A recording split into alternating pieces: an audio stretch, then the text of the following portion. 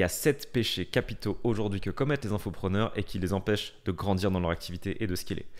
On les a remarqués à travers des clients avec lesquels on a pu travailler avec Baptiste, à travers des prospects ou même à travers des connaissances qu'on a qui sont dans ce milieu infopreneurial. Je te les ai listés aujourd'hui afin que tu puisses voir si elles s'appliquent à toi et comment tu peux les corriger. Parce qu'à un certain degré, nous sommes tous d'humbles pêcheurs et il nous arrive de dévier et d'avoir ces traits qui nous empêchent d'aller plus loin. On va commencer tout de suite avec le premier. Le premier péché capital, c'est l'orgueil. Je sais tout, je veux tout contrôler. Ça, très souvent, c'est un défaut que vont avoir les infopreneurs parce que quand ils arrivent entre les 10 et 20 000 euros, très souvent, ils sont parvenus à le faire à peu près seuls. Et donc, ils se disent que bah voilà, je sais tout faire, j'ai fait ça tout seul, j'ai besoin de personne.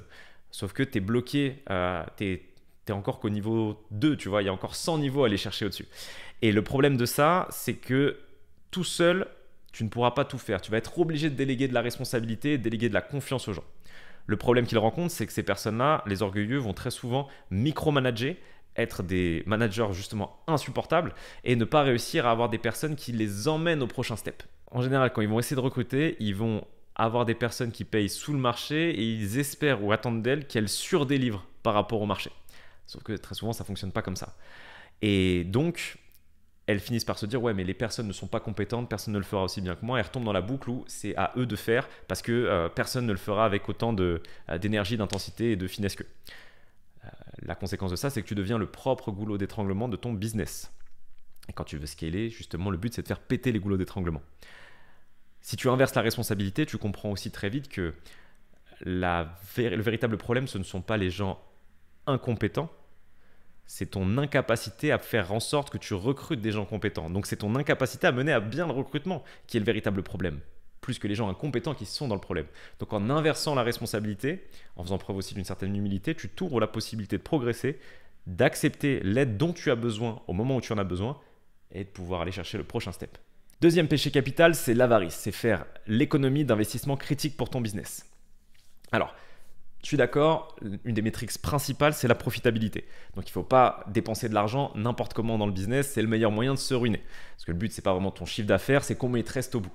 Sauf que l'inverse, je l'ai déjà vécu avec un de mes clients, où on était dans une logique, c'était même plus de l'optimisation des coûts, c'est qu'on ne dépensait rien en fait.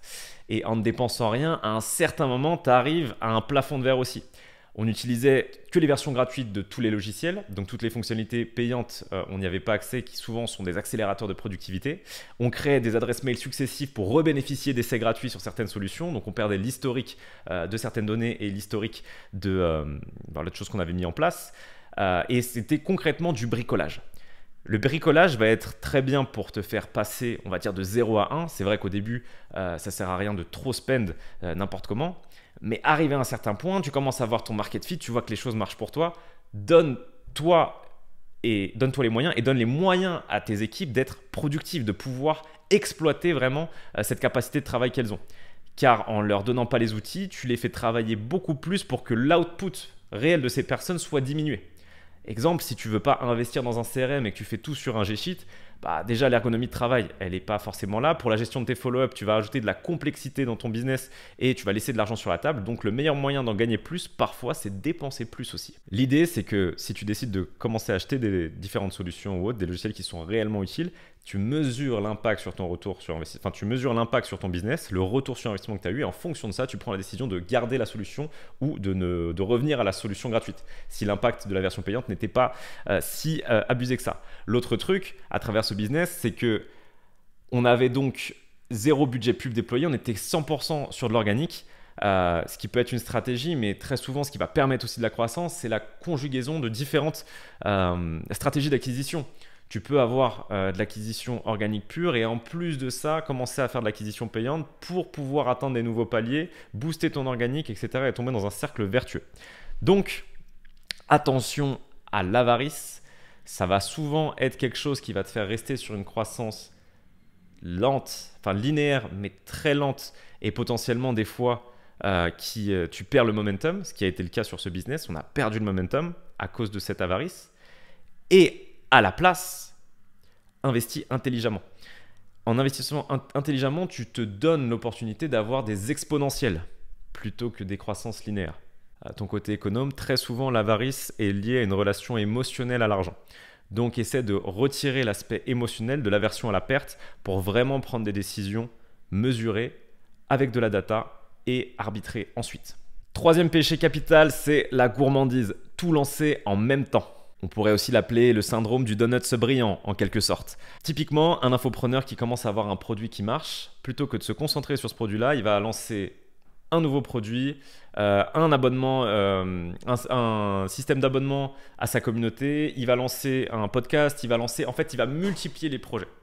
Sauf que quand tu multiplies les projets, invariablement tu divises le focus parce que ton focus, lui, ne se multiplie pas. Et donc, plus tu as de projets, plus tu as de décisions à prendre, moins tu as de temps pour prendre ces décisions. Donc, tu vas avoir très souvent un impact négatif du fait d'en faire trop plutôt que de faire peu et bien. Une très bonne façon de continuer à grandir, c'est pas d'ajouter quelque chose de nouveau, c'est de retirer quelque chose qui ne marche pas assez bien et de se concentrer vraiment sur ce qui marche le mieux. Donc tu arrêtes tout ce qui marche moyennement et tu fais 10 fois plus de ce qui marche le mieux. Et c'est un des meilleurs outils pour progresser. Tant que ton infoproduit ne fait pas 1 million à l'année, je suis désolé, ton offre principale, elle a encore de l'espace et de la marge pour progresser. Tu n'as pas saturé encore ton marché. Quatrième péché capital, c'est la paresse ou le fait de laisser les inefficacités s'installer. La paresse, elle peut prendre différentes formes. Ça peut être le fait de procrastiner les décisions difficiles. Imaginons que tu as un collaborateur avec qui ça ne se passe pas super bien, tu sais que tu dois le virer, mais au lieu de le faire quand c'est nécessaire, tu as l'impression que ça sera plus simple de laisser traîner et de faire ça dans 1 mois, 2 mois.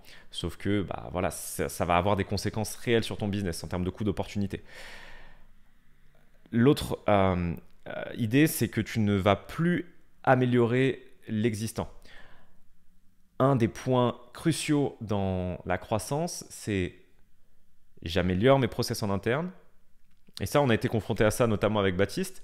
C'est que souvent, quand tu pars d'une feuille blanche, tu vas stacker des process, tu vas ajouter de la complexité et tu pourrais par paresse te dire si ça fonctionne déjà, on laisse tourner ça. Sauf que ce qui va avoir beaucoup plus d'impact et qui va aussi solidifier l'entreprise, c'est de revenir sur nos process, les améliorer, épurer, simplifier et ce qui va être en fait les fondations d'une croissance qui peut aller plus loin, plus fort parce que les fondamentaux et les fondations seront solides.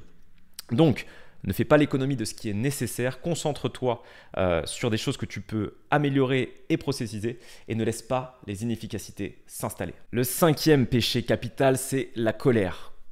Dans le cadre du business, ça peut être aussi l'exaspération, la frustration et même la peur. Tu vas laisser des émotions te contrôler et impacter tes prises de décision. La croissance, par essence, elle va apporter son lot de challenges, de difficultés, d'obstacles. Ça va être dur, tu vas avoir des situations inconfortables et tu vas être poussé dans tes retranchements parfois. Et donc, le meilleur moyen de prendre des bonnes décisions, c'est de garder un certain contrôle sur tes émotions. Tu peux avoir des intuitions, parce que les émotions, elles nous sont quand même utiles, mais il ne faut pas que ça déborde au point que ça soit l'émotion qui prenne la décision plutôt que factuellement des faits. Plutôt que ça soit les faits que tu constates et l'arbitrage de ceux-ci qui te permettent d'orienter la décision de la meilleure façon possible. Tu vois, typiquement, une situation où l'émotionnel pourrait prendre le dessus, c'est si tu as un hater qui va appuyer sur quelque chose qui est sensible. Imaginons que tu es perfectionniste, que tu vas avoir un avis Trustpilot d'une personne qui dit que ton travail est bâclé, que ce que tu fais c'est de la merde, etc., etc. Dans la colère, tu pourrais tenter de surréagir en répondant de manière très confrontationnelle à ton client, en envenimant encore une fois la situation, et tu vas rendre ce petit commentaire insignifiant beaucoup plus important et potentiellement lui laisser la possibilité d'avoir un impact plus grand par rapport à ce qu'il aurait été. Ou ça va être peut-être on commence à faire des publicités, le ROI n'est pas tout de suite là et tu décides, tu t'énerves, tu dis que ça marche pas, etc. et t'arrêtes tout alors que c'est juste que c'est pas parce que ça n'a pas marché sur cette stratégie, c'est ce qu'on a mis en place là, que ça ne marche pas du tout. Donc comment on peut pivoter intelligemment par rapport à ça. L'antidote à cette colère, ça serait de t'embarquer dans cette aventure de croissance avec lucidité en ayant conscience que tu vas être confronté à cette challenge, que tu vas être poussé dans tes retranchements et que tu as mis un process en place pour valider une décision. Par exemple, les décisions importantes, peut-être que tu peux établir un process qui détermine qu'il faut au moins 72 heures pour qu'une décision macro sur ton entreprise soit effective, de façon à ce que tu ne la prennes pas dans la précipitation ou tout un tas d'autres process que tu peux mettre en place. Mais privilégie des process qui, eux, sont très froids, très dénués d'émotions pour justement te permettre de faire un filtre avec ce que toi, tu peux ressentir et qui peut t'emmener dans la mauvaise direction. 5e péché capital, et celui-ci, il est très répandu, c'est l'envie. L'envie, c'est le fait d'être obsédé par sa concurrence. Dans le cas présent, le symptôme de cette envie, ça va être des changements stratégiques qui répondent juste aux changements stratégiques de ton concurrent. Il lance une nouvelle offre, tu lances la même offre presque. Il se lance sur un nouveau marché, tu suis directement. Et en fait, tu ne fais que de copier ce que fait le leader de ton marché au point où ça en devient ridicule et tu perds toute authenticité. Parce que les valeurs que tu avais à la base, la vision que tu avais à la base et ce pourquoi les gens te suivaient, ça commence à... Enfin, c'est trop facilement ébranlé, si tu veux. Et donc, du coup, on ne sait plus pourquoi on te suit. On ne sait plus vraiment ce que tu représentes. Et ça se voit. Quand quelqu'un copie quelqu'un d'autre, ça se voit, c'est évident. Et la meilleure façon, en fait, de concurrencer cette personne qui est leader de son marché, c'est en étant toi-même x10. Et pas en devenant une version diminuée de lui ou alternative de lui. C'est pas ce qui te permettra d'accéder au prochain step de croissance. Sois conscient qu'il y a des personnes qui sont dans cet espace-là. Inspire-toi, mais ne copie pas.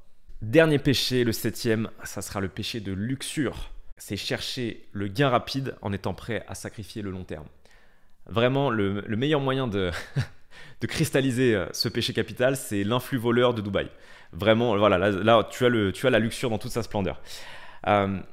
Les symptômes, ça va être que tu vas surpromettre à tes clients, donc tu vas promettre très très gros, ce qui va faire que tu vas vendre, mais derrière tu n'es pas en capacité de délivrer. L'autre symptôme, ça va être des promotions trop régulières, trop énormes en fait, des genre grand moins 75%, moins 80% toutes les semaines, ce qui font que les gens n'achètent qu'en promotion et jamais la valeur réelle de ton produit.